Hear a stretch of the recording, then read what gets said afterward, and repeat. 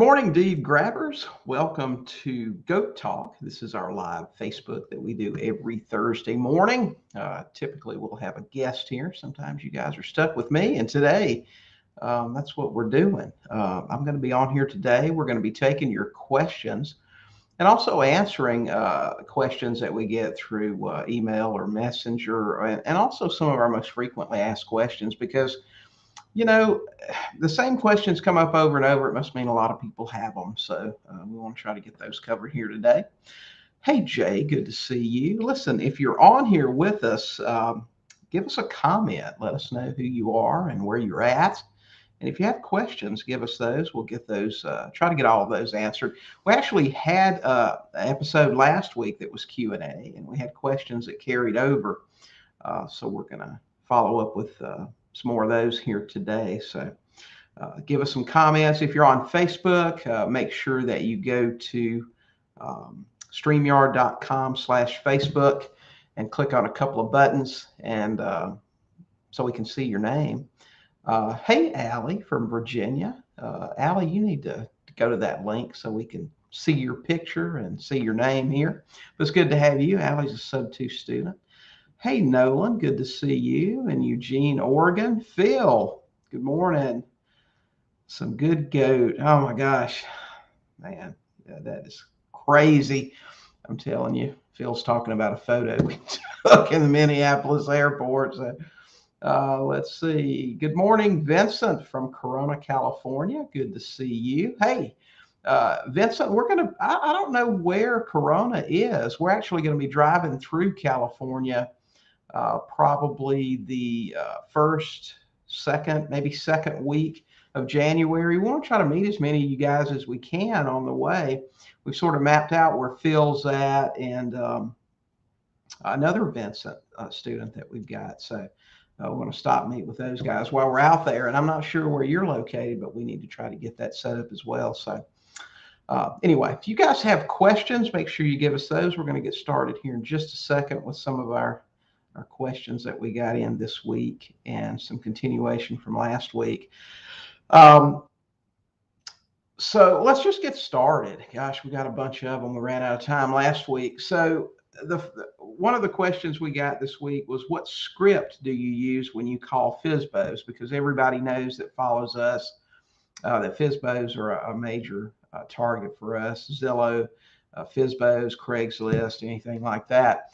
And if you're a student of mine, you already know we don't like scripts. I think you need a basic outline, especially if you're new, for something to follow along so you don't freeze up or get stuck or anything like that. And you need to absolutely know what information that you need to gather. After a while, that becomes second nature to do.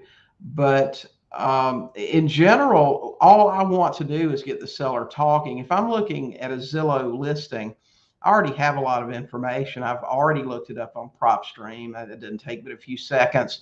So I already know pretty much what they owe, what their payments are every month, what the rent most likely is for that property. So I already pretty much know it's going to work before I'm on the phone with them. It's really just a matter of what their motivation is and if they're willing to do something with us. So I'm trying to generate conversation because, the longer they'll talk with you, the more comfortable they feel with you. And then at some point, we'll get around to asking about making an offer or creative finance. I actually did a podcast on this a couple of months ago that you can find if you go to our podcast, sub2podcast.com, or you can also find us on Apple Podcast or Google Podcast or anywhere that you listen to podcasts. So go check that out. It'll walk you through the process that I use when I call. We do a different thing when we call personally than when we use our cold callers. Cold callers really are designed to, just find out the motivational level of the person that they're calling. And they leave it to us to develop the relationship and everything. So it's a little bit different there. But go listen to that podcast, and I think that'll help you out with that question. Can you send instructions on what to do once logged into StreamYard? I'm not really sure if that's a student that has the link. All you have to do is come in, make sure your camera's on. We'll bring you in to ask your question, or you can help us answering some questions. So, man, we got some superstars in the Sub2 Max group, and we invite them in to help us answer questions or to ask any questions that they have. So, looking forward to seeing you in here. Just click on that link, and it'll bring you right into the green room. And if your camera's on, we'll bring you in. So. The next question that we've got is, when taking over someone's mortgage payment, the mortgage stays in the seller's name and you pay the payment for them. Is this correct? Well, absolutely, it's correct. That's what we do. When you file your tax return, are you able to write off the mortgage interest for that property, or does the seller still get to do that since the tax form will be in their name? Well, that's a good question. As far as the IRS is concerned, the person that pays it is the person that gets to deduct it. So it doesn't matter when that tax form comes in at the end of the year, you're going to take the deductions. That's going to be a business deduction for you, all the interest that you paid. So no, the seller does not get to keep that. In fact, your contract should have something in there that they'll no longer be able to deduct that property for tax purposes. That's important if it was a rental property or something like that. Vincent, what part? We're going to stick close to the coast. I've always wanted to drive down the California coastal highway there, so we're going to stay pretty close there. And I can't remember, we mapped that thing out not too long ago and looked at it. It looks like we're going to have to come in down towards San Francisco somewhere. I really can't remember, but if you're even close to where we're going to be, we'll make sure that we can get in. Allie, no, I can't see you in here yet. If you'll just, like I said, click on that link that we posted in the group, you should be able to come in. So if you guys have questions, put them in here. I'm just going to read off questions that we've gotten here in the last week or so until you guys share some. So if I buy and hold, gosh, let's see, this is a little, Nolan asks, when you've bought subject to and are planning to sell with seller financing, how do you determine the interest rate on the owner financing? It's a balancing act, really, Nolan. It's going to depend on a couple of things. One, I have a target cash flow. We typically like to see something in the $400 to $500 range. Of course, you can find something that's higher occasionally. Will not go below 300. So it's just a balancing act. You look at the interest rate that you got on your loan, what payment that gives you. Let's say, for example, I've got a principal and interest payment of $1,000 a month. Market rent on this particular property is $18. Taxes and insurance are $300. Then I know, I'm going to manipulate that interest rate a little bit to get that cash flow that I want. We'll narrow that thing down to 0.1%. Most of our seller finance deals are going to be in the 6 to 9% interest rate, with the higher priced homes being a lower percentage interest and the lower priced homes having higher percent. But it's typically going to be in the 6 to 9%. And you can just use any amortization program to help you do that and narrow that down. So sorry to give you a sort of vague answer, but that's really literally what we do. We say, listen, we're looking for cash flow in this range. Let's start with the 7.5% interest and see if that gets us there, because you've got to balance that thing. We try not to get more than $100 to $200 a month over market rent. So that's how we do it. Okay, so next question. When doing a subject to, do you need an extra insurance policy? I think we answered that question last week. This is probably one of the more frequent questions that we get about insurance. So let me tell you, first of all, there are two resources you can go to that'll give you some very detailed information on that. One, we've got an article at sub2deals.com that will break it down for you, explain step by step what you need to do, and give you a couple of different options. And then second, we also did a podcast on Sub2 and insurance, which gives you a lot of the same information, maybe a little bit more. But the short answer is no, you don't need an extra insurance policy. If you handle the insurance properly to begin with, which is really just as simple as making a substitution of the insurance that's in escrow. And again, we're talking about insurance if it's in escrow. If it's not in escrow, it doesn't make any difference. But you're just going to substitute a new policy in place of your seller's existing policy. And that's important. I hear everything from, well, just leave the one that's there in place, don't bother it, and you'll still be insured. No, you won't, because if you buy a house from Joe Smith and the insurance policy shows Joe Smith is the primary loss payee, well, once Joe isn't the primary loss payee anymore, you don't have any coverage. So the owner of record needs to be the primary loss payee. Now, whether that is your LLC, your trust, your name personally, whatever it may be, can you buy a second policy if you're terrified of the due on sale and you're afraid that's going to trigger an issue? Yes, you can. And no, it's not fraud. And I've heard people say it is, but it's really not. I talked to my insurance agent with State Farm way back when I got started doing this and had some concerns. And, fraud most times is determined by intent. And if your intent is to file on your second policy and leave the first one alone, never use it, yes, you can waste that money if you want to, but you don't have to do that. You certainly don't. Okay, Allie, I see you in the room here. We're going to add you in. Hey, Allie, how are you? Good. How are you doing? Great. Allie is one of our Sub2 Max students. Man, she is a beast in Virginia there, moving properties left and right. Actually, we're going to talk to her about coming on and talking about how you hire a team and what you do to get that done later at some point. I just learned that about her the other day, man. I was majorly impressed. So did you have a question today, or did you want to help me out with answering some questions? I was trying to figure out the StreamYard thing, so I'm listening right now. But okay. Well, if you decide you want to come back in, just let me know, and we'll get you back in here. Well, you can hang out with me for a few minutes if you want to. Okay. All right, great. All right. So again, if you guys have questions, just put them in the comments, whether you're on Facebook or you're on YouTube. That's cool. And we'll get to those. All right. So next question is, what is the most important and crucial part of setting up a virtual real estate business? Okay. Well, to take a little bit of background on me, for the first 12 years of my investing, I bought local. And I'll tell you, that's what I taught students. If you can't drive out within an hour to see it and touch it, don't buy it.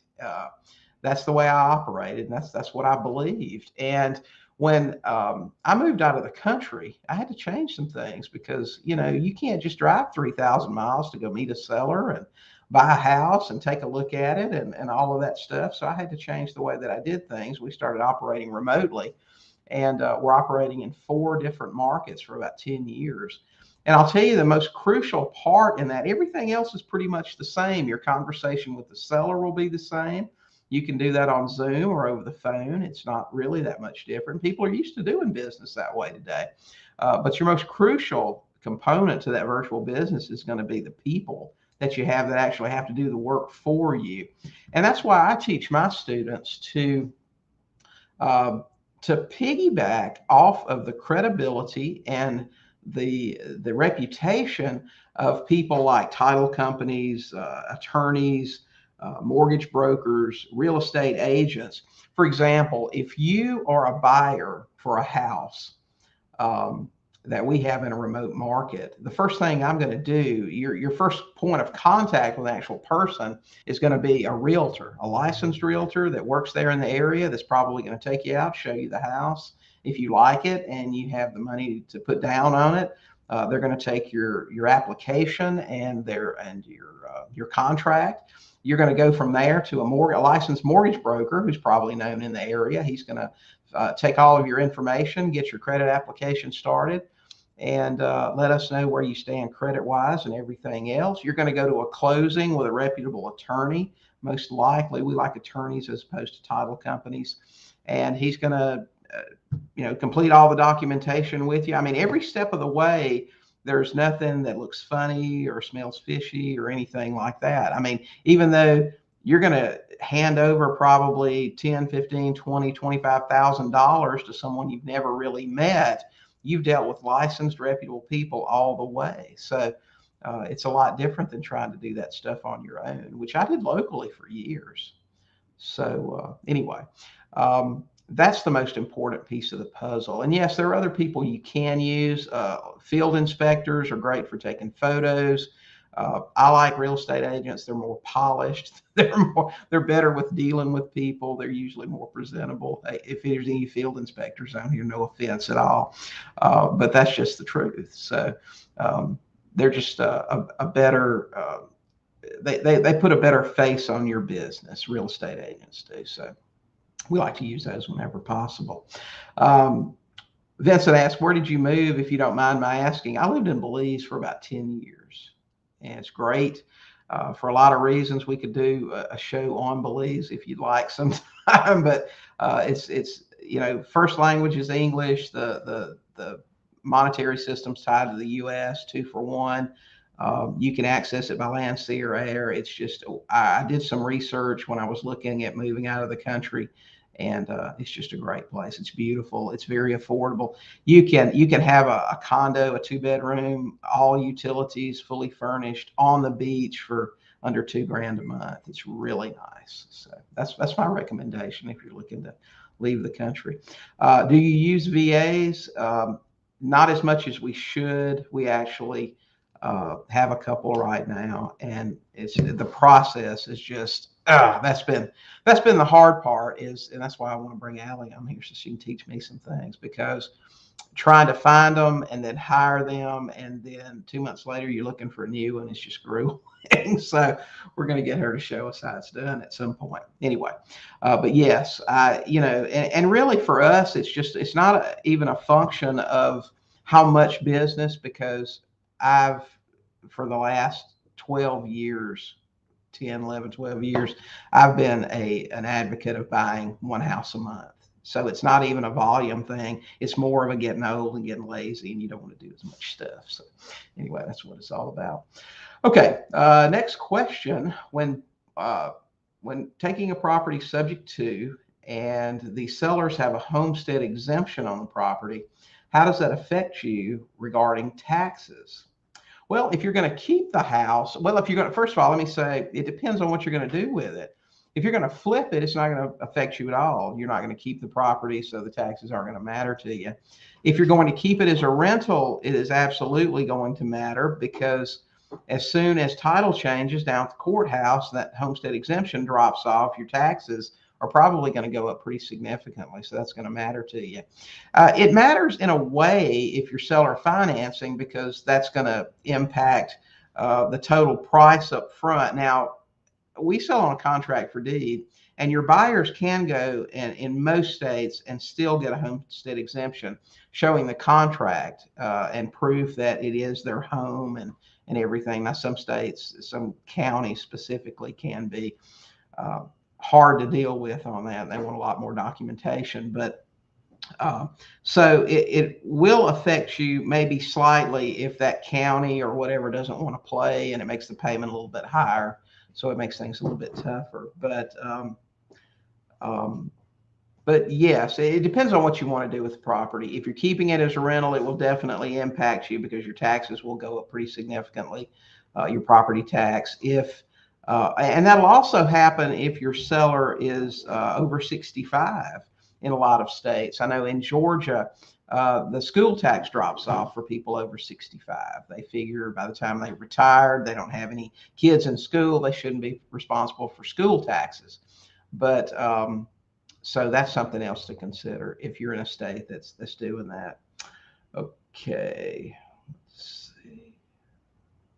All right, gosh, we got Kevin in here too. Kevin's out patrolling the streets, keeping Seattle safe.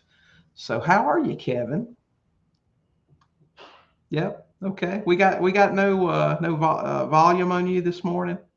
All right. Well, it's good to see you. We got you in here anyway. So, If you guys have any questions, let me know. Everybody's quiet this morning. What's up with everybody? So, y'all making me do all the talking today. All right.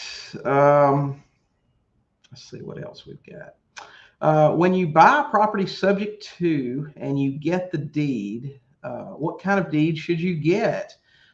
Quit claim deed, warranty deed, what should you get? Well, my rule is you always want to get the strongest deed possible and give the weakest deed possible. Now, honestly, that's not always possible to do.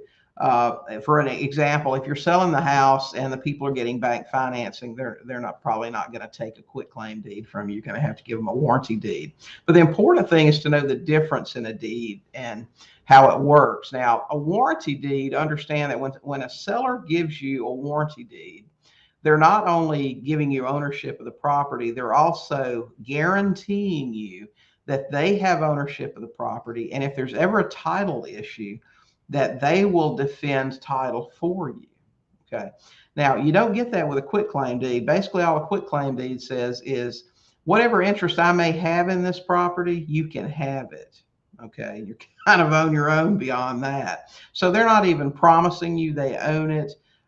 What they're claiming is that they have some interest in it, and whatever interest they have, you can have it.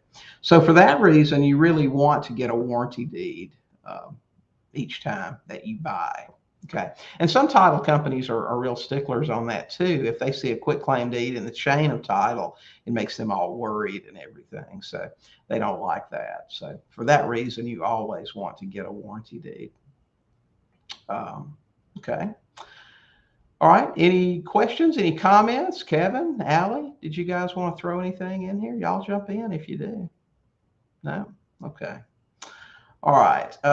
Next question. When doing a seller finance, okay, I think I understand what they're saying. When you buy on seller finance, if your exit strategy is to lease option, what's the minimum cash flow you're willing to do the deal for, and what operating expenses do you include? Well, that's not an issue for me because we don't do lease options. Okay. Our exit strategy is 100% seller financing.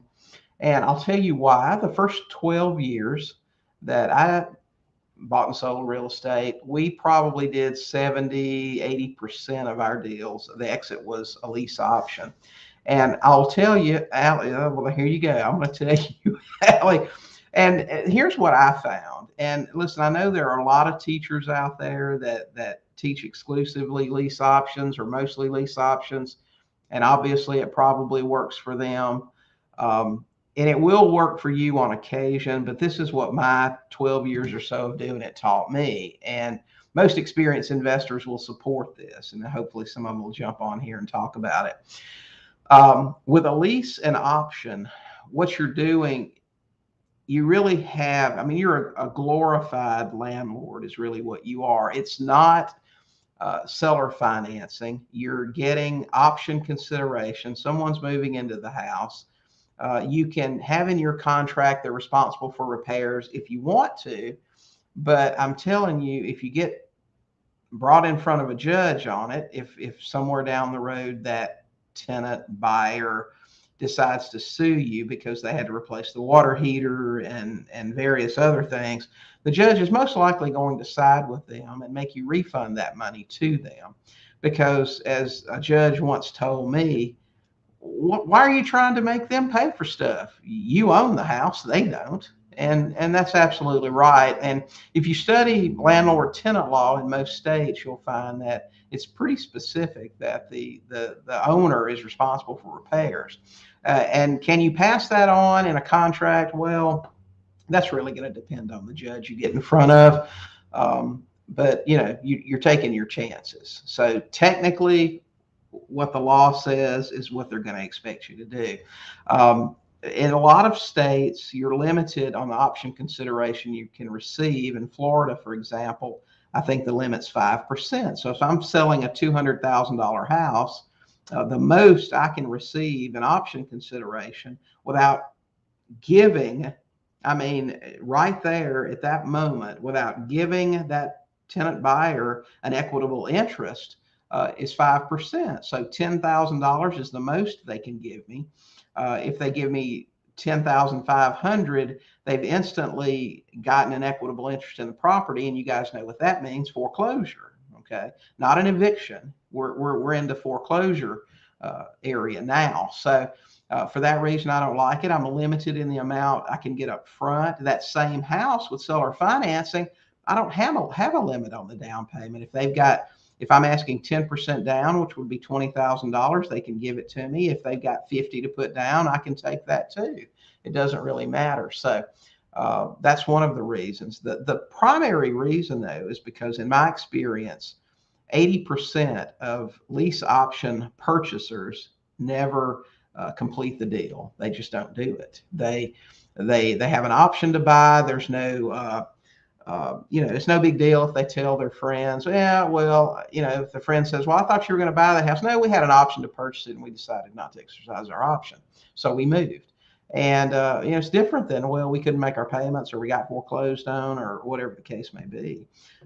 So but about 80% just don't buy. They move out. And my thing, especially now, when I buy a house and move it, I want it gone. And with seller financing, even with seller financing, you're going to find that probably 90 to 95% of the people stay in the house, pay you, and at some point they're going to refinance down the road. So it really flips things over completely, and that's why we like seller financing. So we don't have to consider operating expenses and things like that. Your actual cash flow that you calculate is cash flow. And our seller finance deals run about the average across the country for foreclosure rates or anything else like that, 4 to 5%. So the majority of them are going to stay in the house. They're going to pay you. You may have some late pays. That's going to happen from time to time, but the majority of them will refinance you out. Some will never refinance you and just continue to make payments, and that's okay. But they're not going to give you the house back, which is important to me. So that's why I don't like lease options. If you're successful with them and you got most of your people doing lease options and actually getting refinancing, good for you. You should continue to do that if it works for you. What I have found the trend to be these days, though, even with the people that teach lease options, is not to stay in it. They teach doing an assignment and getting out. Okay. Because, and I think that's why, because in most cases they just don't refinance. Martin asks, do you put all of your properties in a trust? Absolutely. Every property, gosh, that I've bought for probably since I learned about trust, every single one goes in one. So I can't imagine not using them. It's free to use. It's and it really, it really drives attorneys insane when they're trying to figure out what's going on and everything. If you're involved in a lawsuit or anything like that. Let's see. Paul asks, is Sub2 the same thing as a wrap or an all-inclusive trust deed? No, it's not, Paul. Let's say, Paul, that you have a house to sell me and I buy it Sub2, you're just going to deed me the house and I'll take over the payments on it. Wraps, I don't like wraps. I'll tell you why. Now a true wrap is okay. Obviously, we're talking about buying on a contract for deed. We don't do that. But a wrap is not the same. Typically, a wrap is going to happen in one of two cases. Either if you're not open to Sub2 because you're giving up title and you really don't have much security there. If you sell it to me on a wrap, it's probably because you either don't trust me or because you have equity and you want to get that equity too. So that's the cases that you would use a wrap, but it's not exactly the same. Okay. Okay, Allie's comment here. You can turn your mic on and come in and talk if you want to. We've done lease options one time. Yeah, it's not an amazing. I'll tell you this. When I got started, I was like a lot of investors. I was looking for my niche, the thing that I really wanted to do. And when you're new, every new thing you hear about is the greatest thing in the world. And so I went through the Carlton Sheets course, and then one of the next courses that I bought was doing sandwich lease options. So then every seller I talked to was all about a sandwich lease option, and I did 3 of those. Okay, and none of those worked out really well. Okay, one we actually got closed 3 years later. But it was after like the second tenant buyer had moved out, and we had a little bit of equity, so we listed it on the MLS and got it closed that way. But none of them were ideal situations, and it was just really a lot of work. And at that point, that's when, by then I had learned about Subject-to, and we just started getting the deed, and then we would either dispose of them as a rental or a lease option or with seller financing. And I quickly found that seller financing was something that I really liked. Nolan asked, do you have to go through an attorney every time you place a property in a trust? No, Nolan, you do not. We had this discussion the other day in the forum about self-closing. You can close your Sub-2 acquisitions yourself. It's not something that I recommend for saving money. I'll tell you how I got started doing that. I got started doing it when you're dealing with people in foreclosure. Maybe you have to close in a day or two. And a lot of times you can't get those closings set up with your attorney that quickly. So in those cases, we would self-close. Now, to be more direct to your question, if you have a trust document that's appropriate for your state, and there are little nuances here and there. So what I would do if I were you, I would find either a trust attorney, a real estate attorney, that understood what you're doing, and that's going to be a task in itself. But once you get that done and they produce a trust document for you, that may cost you a few $100s, a couple of $1,000s, whatever. But you've got one that you know is appropriate. Now, if you're in Oregon, so that's what you'll want to do there. You'll want to have one that works for Oregon. But once you do that, then you just duplicate. Okay, you just change the names of the property address or who the beneficial interest will be. But once you get that first one done, you've got a template you can use, so you won't have to go through an attorney every time you do that. You can, if you have properties right now that are in your name that you want to get into a trust, you lose some aspect of the privacy, because anyone can follow the chain of title and see that the property went from Nolan to a trust, Nolan to a trust, so they know what you're doing. And that's another reason that Sub-2s in conjunction with a trust are so great, because let's say, for example, that Kevin here goes out today and talks to a seller and twists that deed right out of their hands. Okay. If he, that's Joe Seller that he's buying the house from, and he gets Joe Seller to deed to the XYZ land trust. Okay. The beneficial interest of that trust is either going to be Kevin or Kevin's LLC or whatever, but that's not public record. Okay. So on public record, Joe Seller deeded property to a trust. Kevin is nowhere to be found. I mean, that ownership of that property is truly private. If you go out and buy a house with bank financing or cash or whatever, a cash buy is probably the only other way to get that complete privacy. But Subject-to is great for it, but if you get a loan yourself, you're going to be on title, and then you're going to go into a trust, so you lose some of that privacy. But buying Subject-to with a trust is great. Okay. Hey, Corey, good to see you. Speaking of trust, what is the best resource to learn more?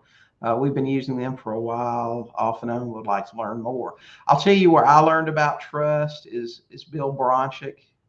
He's in the Sub2 forum, and I can probably get him to come into the Max group and talk to you guys about trust if you'd like. Bill Walston's also another great resource for trust. He's in the forum, and we have him in the Max group from time to time too. Both of those guys. I met Bill Walston several years ago, but Bill Bronchick was actually the teacher that taught me how to use trust. So that was actually, either one of those guys would be great. And there's some other people that teach trust, but those two are the main ones that we deal with. And like I said, Bill Bronchick is the guy that I learned a lot from. Subject-Twos, just a lot of the creative stuff. He was one of my first teachers. So that's actually who I would go to. If you guys got any other questions, just let us have those and we'll answer them here. Let's see. Paul, what if you buy a portfolio from a seller 2 to a million properties? Would you suggest a single trust for the portfolio? Always, Paul, always a trust per property. Always. Okay. Because think about it like this. It's just like, we get questions sometimes, how many properties do you put in an LLC, or how do you set all of that stuff up? And what I learned a long time ago was it's risk. Okay. If I've got an LLC and I've got every property that I own in an LLC, and that LLC gets sued, guess what's exposed? Every single property that you own.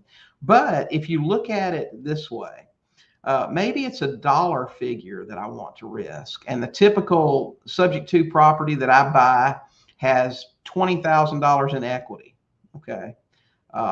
So what am I, and my tolerance for risk is $100,000.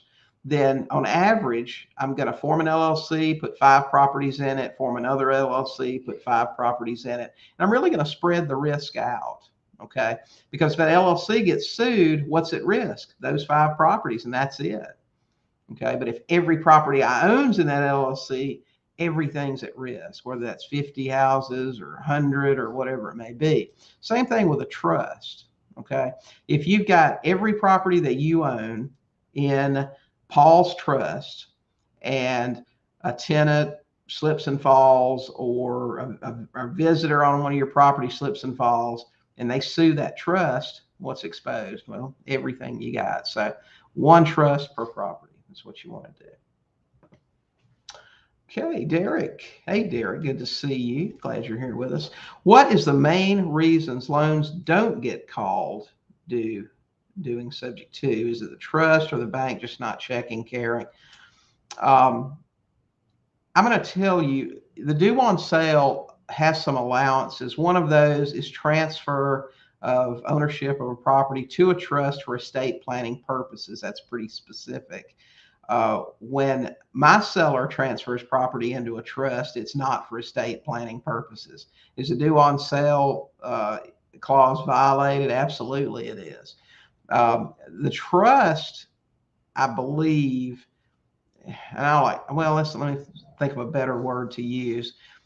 It's like the trust has so many benefits. In most cases, if you transfer a property into a trust, if we buy a property subject-to, it's transferred into a trust, we go to the courthouse to record the deed. Even in states where there's a hefty transfer tax, that's going to be waived, because the assumption they make is that this property was just transferred into a trust for estate planning. So a lot of times you'll skate on transfer tax just because that's an assumption they make. Now, if they ever started asking the pointed question, was this property placed into a trust for estate planning, or did you acquire it? Then you better answer that question, honestly. But for now, you may avoid those things. As far as the bank's concerned, again, I think it's an assumption. You got to remember, when paperwork comes into the bank, the president doesn't review every title transfer, every trust agreement. They just don't. Who looks at it? Well, Sally, that makes $12 an hour and pushes papers and processes things. She looks at it, okay? And the only thing the bank really gets is the insurance declaration page change. That's the only thing they get. They don't get a copy of the deed. Nobody sends them a deed. Nobody sends them any of the disclosure paperwork. But the insurance is the main thing. There are 2 things that you need to do to protect yourself from a due on sale issue, in my opinion. The first one is obvious, and it's 100% on you, and that is making the payments on time. Okay, that's what the bank really cares about. So I've always had this idea. I know as a real estate investor, when I have a problem property, and typically that's going to be somebody that stops paying me. I have this huge credenza next to my desk, and all the property files, they're all in there. And this was back, this actually before we went remote, but when I worked locally, that's how we handle things. All the property files were right there in the credenza. And if Sue stopped paying me at 123 Oak Street, I pulled that file out. It was laying on my desk. It was right in front of me because it was something I was having to deal with. And it stayed on the desk until Sue got her payments caught up and everything was good. Then it went back in the credenza, and I pretty much forgot about it.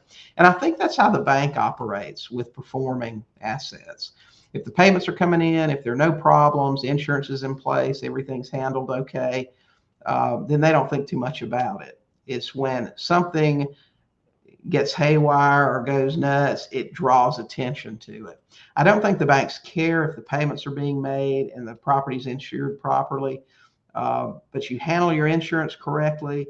And the way that we try to insure, insurance isn't an issue, even though the primary loss payee's name changes, is we make sure our seller's name is added as an additional insured. Okay, so when Sally gets the new insurance declaration page for 123 Oak Street, and she says, oh, well, what happened to Joe? He's not the primary loss payee anymore. It's a trust. And she looks down the page. She's, oh, additional insured. Oh, there's Joe's name. Well, he must have put this into a trust for estate planning or whatever. So his name's still on it. It's all good. It goes in the file. It goes back in the credenza. Was that totally confusing, everybody? Okay, great. That's how I look at it. So I think the main reasons they don't get called due is primarily, it's not the trust, I don't think. That may play a very small factor in it. I think the banks don't care if the loan's performing. They don't check on it, certainly. I don't think that's an issue. And I don't think it will be. Now, if interest rates go back up to 20%, it might be. But I think we're a long ways off from that, and that's not something that's going to happen overnight. So anyway, that's what my thought is on it. I think if you make your payments on time and you handle the insurance all right, then you're going to be okay. What you got? Do you pre-qual your own owner finance buyers or use a service? We run every owner finance buyer through a mortgage broker, and he knows what our criteria are. We're just like another. What is it when they say we have a program for you? Well, we're a specific program too. If they have the income to support the payment, I don't care what their credit is. That doesn't really make any difference. We know that you can have a 400 credit score and be qualifiable within 2 to 3 years. So that's not an issue. So you're going to run all of those through there. And then they're going to come back and tell you, this is where they are credit wise. They've got this much to put down, which we already know that. They've signed a contract before they get to the broker anyway. No, you know, I'm looking for certain income and a down payment. Okay, that's really it. Walter says, I believe reverse mortgages are a bozo no-no when it comes to sub-2. If the main reason because the bank owns reverting interest and wants the property, there's nothing to buy. Well, I agree with you, Walter. Reverse mortgages are the only thing that we really won't touch. But the reason, I don't know what the bank's motivator is. I don't know if they want the house back. I don't know any of that. This is what I do know. If you have a reverse mortgage, once for certain, possibly twice a year, the bank is going to send a field inspector out to do an in-person interview. They're going to knock on the door. They're going to ask if Joe Smith lives there. And of course, the person that answers the door is going to say, well, I'm Joe Smith, or I don't know Joe Smith, or whatever. If you've taken that property subject to and installed your own seller finance buyer, they're going to say, I don't know who Joe Smith is. And that's going to create a problem. Okay. They actually ask if the person that answers the door says, well, I'm Joe Smith, they ask for a photo ID. They verify that the person that took out that reverse mortgage still lives in that property. They do it at least once a year, sometimes twice a year. And for that reason, we don't like reverse mortgages. Now, I've had other investors say that they take reverse mortgages subject to, and that they haven't had a problem.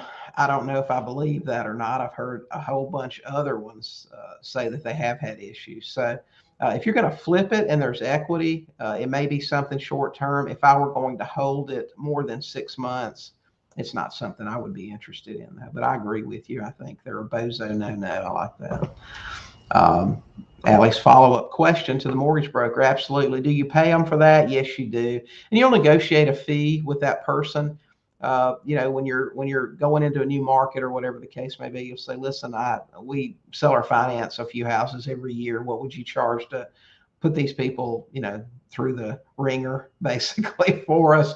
Just qualify them, fill out their application, run their credit, tell us where they are. But then the carrot we use too is, now, our buyer is going to deal with you here. So when it's time to refinance, we're going to push them back through you. So then you're going to get paid again. So you're going to double dip. And they like that because, most people that come apply with them don't qualify for stuff. So that works out. Derek said, what is the best properties to target subject to besides pre-foreclosure? The best ones, I would say today, we target VA loans, people that bought VA, and we go after those. Bankruptcies are also good. Dismissed Chapter 13 bankruptcies are great because they've had bankruptcy protection and they've failed to make their payments, or they lied on their bankruptcy application, something, got it dismissed. I'm not talking about the discharge. I'm talking about the dismissed ones that kicked them out, and now they don't have bankruptcy protection. So in my experience, in most of those, if they're not making their house payment, the lender's just been sitting there waiting. And once they're out, boom, they come after them. So they're a good target. Tired landlords, out-of-state owners now, with the COVID and everything, people not getting payments, those are really good targets. So we like those. And Zillow sellers are always good. A lot of them are crazy. They think, well, you'd be surprised how many real estate experts have their houses for sale on Zillow. We talk to them every day. Listen, the market's great. It's just going to get better. And, well, Mr. Seller, do you realize if the current appreciation continues for the next 3 years, the median priced home in your area will be $1 million? You think that's going to happen? I don't know. What do you think, Kevin? Kevin has a lot of, no, not today. Okay. Kevin said, Derek said, I heard loan modifications are a great list. How can I get this list? That's a great question for you, Kevin. How do you get a loan modification list? Kevin's actually got a program that you should take a look at. We talked about this earlier when we talked about Kevin's program in another Goat Talk. That's a great thing to go in the door with and try to help people that are having an issue, that pre-foreclosures, things like that. Try to help them out with it. And then if they can't, well, if they fall out of it or it doesn't work out for them or whatever, then there's your list right there. You're creating a local list. So I don't know. I've never bought lists like that. We've scraped Zillow and we pull a lot of lists through PropStream. If you're not using PropStream, you should be. But they don't offer loan modification lists. I guess you'd have to buy that from somebody like List Source. I know those guys can create a list for just about anything that you want. I don't know what something like that would cost though. Okay, let's see. Next question. Do you recommend a loan servicer? At what point would you decide to bring in one? How do you handle making payments if you don't? I don't recommend a loan servicer. The reason for that has always been in the past that most of them, now I've heard of a couple lately that are less expensive, but until recently, every loan servicer that I heard of was charging 40 to as much as 70, $100 a month to receive a check from your buyer, mail a check to the bank, and mail a check to you. And when you're just starting out, if you have 1 or 2 or 3 properties, it's not that big a deal. But if you're a serious investor, and if you just follow our model and just buy 12 houses a year, in 3 or 4 years, you're going to look up, you're going to have 40, 50 houses, and you're paying someone, I don't know, $40 to $70 to $100 a month per property to process that. Now, let's just say it's $50 a month for property and you got 50, that's $2,500 a month you're paying out to somebody to push a couple of pieces of paper. You could hire a full-time assistant or a part-time assistant and pay them pretty well that could do a lot more for you than just write a few checks. So for that reason, I always thought servicing, I don't know, was a waste of money. Now, I did talk to a fellow not too long ago that I need to follow up with that said they would be charging about $20 a month for servicing, and that doesn't sound that bad if you want to use a servicer.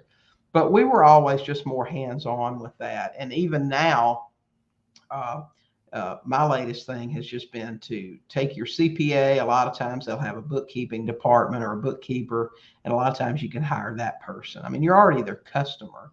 So ask about that and see if they'll do those things for you. A lot of times they'll do that service for you for a lot less expensive than what's typically known as a loan servicer. So I don't like them for that reason. I just think they're overly priced, and you could hire someone to do a lot of other things for you besides just loan servicing. Some people seem to think that a loan servicer, having a loan servicer makes sellers feel more comfortable about letting you take the deed to the property. And I disagree with that. The main reason being most sellers don't know what a loan servicer is. So if I say that I have one, they're going to go, okay, well, what's that?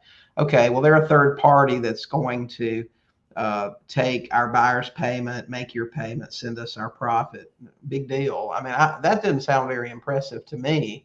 I mean, if you have the relationship with the seller, you should be able to make them feel comfortable with that situation. They either trust that you're going to pay it or you're not, is what I'm saying. So I don't think a servicer is that impressive. And some people in some states say that, well, you have to use a servicer or you can't seller finance and do that sort of thing. You'll have to check that out in your own state. We've always serviced our own notes. And, you know, I mean, I guess that's like cheating on your taxes. It's okay until you get caught, but you need to be familiar with your state laws and what you can do. And then your level of risk tolerance too. Okay, so let's see. Vincent's got a question. How do you find your boots on the ground if you're buying virtual? That's going to be either references, Vincent, or just picking up the phone and calling people. You know, you're going to call these agents if you need an agent to show your houses. Explain what you do, explain that you buy a few houses a year or however many you buy in that location, and you're looking for someone to show houses, to do an open house perhaps, to meet with potential buyers, and you can work out a fee with them, either a percentage of the sales price of the house or a fixed fee. And this isn't going to be your $1 million producer, okay? The person with all the billboards around town, on all the bus stops and that stuff, probably going to be a newer agent that is trying to establish clientele. And, you know, so that's what you're going to be looking for as far as like a real estate agent. A mortgage broker, you know, get on Google, open up a phone book, whatever your thing is, and just start calling them. Tell them what you do. Tell them you finance several people a year, what your criteria is, and just establish a fee to get it done. And, you know, some people are harder than others to find. Some people consider some things a risk, but typically it's not going to be your high-priced person that's going to do this work for you. It's going to be somebody else. Do you have a system to use for your own servicing? I'll tell you, when I worked strictly local, it was just at the end of every month, we took all the payment coupons and everything else. We wrote checks. We did all that stuff, like I said, a few years ago. I just started working with my CPA's bookkeeper, and they get all the information. They write the checks. They deposit the money. They do everything. That's what we do for boots on the ground. Research a couple of people, offer them $50 a visit. Absolutely. So, you know, and that's the next question. How much do you pay for this or that? Listen, well, I mean, ask them what they need. You know, just ask. We always try to get a number, you know, whether that's sellers or people that do business for you, we try to find out what they want. If I call an agent and say, listen, what will you charge to show a house for me? What, you know, if they give you a number, it's going to be a number they're happy with. Now, if they said $1,000 a visit, that probably wouldn't work for me. But if it's something like $50, hey, that works.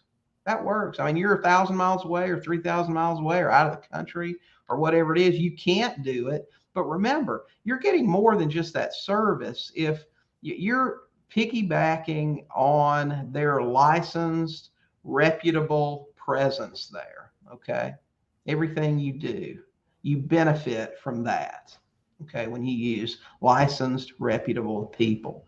So what's the cost on it? If I anticipate a $50,000 profit on this property, can I pay an agent $50 2 or 3 times to go show it, get a contract filled out, whatever? You bet. That's the best deal in town. All right. Okay, guys, we got a few more minutes. You got a couple more questions. We can probably take those. Let's see what we've got here. If you buy a property and the deed is left in the seller's name, how do you know you'll be able to get ownership once the contract's completed? What would stop that person from just keeping the property if their name is still on the deed? And you have just answered why we don't like buying on contract for deed. Okay, there's a lot of risk involved. When you can buy with seller financing, that's great, but you absolutely want to get your seller financing in the form of either subject to, which is preferred, or a wrap. Okay, but when you buy on contract for deed and your seller stays on the deed, remember, 99 times out of 100, it's going to be a property in their name. Okay, so if they get a lien or a judgment or something, or they don't pay their taxes, whatever the case may be, all of that attaches to that property. And let's say that you've agreed to buy that house for $150,000, okay, and they owe whatever it is, $140, but they didn't feel good about subject to, so they'll sell it to you on a contract for deed, and then they get a $50,000 IRS lien or whatever. So it's time for you to buy this house. 3 or 4 years down the road, your buyer is ready to go get a new loan. So you're ready to pay them off. So all of a sudden now this house you thought you would owe about 130 on, you owe 180 on, and you sold it for 160 or whatever. It could be a real nightmare. So we don't do that at all. And the only way, I mean, we've always managed to get out of that if it's been suggested, but the only way I would even consider it would be if that property were placed in a trust. But I don't know. It would really have to be a sweet deal for me to buy on contract for deed because they control it. They could take it out of the trust anytime they wanted to. We just wouldn't consider it. It's going to have to be a wrap if it's seller financing, but we're going for subject to. That's what we want. So, all right, guys. Let's see. Next question: can I refinance a subject to property? Well, sure you can. Depending on your lender, depending on your credit, depending on their seasoning requirements, when you take a property subject to, you own it. You can do whatever you want with it. You can rent it out. You can sell it with seller financing. You can lease option it. You can, which takes us to our next question. Someone asked, can you live in a property you buy subject to? Okay, sure you can. You own it. You can do whatever you want. You can take title in your name, just like any other house you bought with cash or from the bank. We recommend a trust with an LLC as your beneficial interest, but hey, you do you. How long does buying a subject to property usually take? That can depend. You know, I've had properties under contract for months before. It depends on the situation. We bought houses from people who were building another house and just wanted to make sure when that one closed, they wouldn't have 2 mortgage payments. So, you know, we bought the house, they stayed in it, or we had it under contract, or we've had houses under contract with a stipulation it had to go through probate, and it's been under contract for a while before. It really depends. We bought some houses before where the seller called us today, foreclosure auctions tomorrow. We ran down, got title done and everything, did a self-closing, bought it within 48 hours. You know, it happens. So it's dependent on the situation and the, you know, the people that you have in place to get things done for you. I wrote an article on how to close quickly in foreclosure situations. You can find that at sub2deals.com. And it really tells you about the people and the tools that you need in place to be able to close a property very quickly, but you can do it. You just have to know what needs to be done. So, and those are good things to have in place, even if you're not doing it right now. So if you had a seller call you today that was going to hand you a property with $100,000 in equity, if they said, listen, I'm leaving town in the morning, we got to get this thing done today. I don't care. I just want it gone. You can have it. Got to close today. Could you get it done? Well, if you couldn't, you got some work to do, because that guy might call you tomorrow. You never know, right? Okay, guys, that's going to do it for us today. Allie, Kevin, I appreciate y'all showing up for us. Kevin, even if you don't talk, it's good to see you. Guys, if you're interested in coaching, both Kevin and Allie are Sub2 Max students. Reach out to them. I think they'd say good things about us. We teach people how to buy subject to each and every day. We'd love to teach you. Anyway, you guys get out there and talk to some sellers and buy some houses. If you have any questions, feel free to message myself or Jody, or just send us an email. We answer questions all the time. So we're going to get out of here. We'll see you next week. You guys, Allie, Kevin, y'all have a great day. We'll see y'all next time. Bye-bye.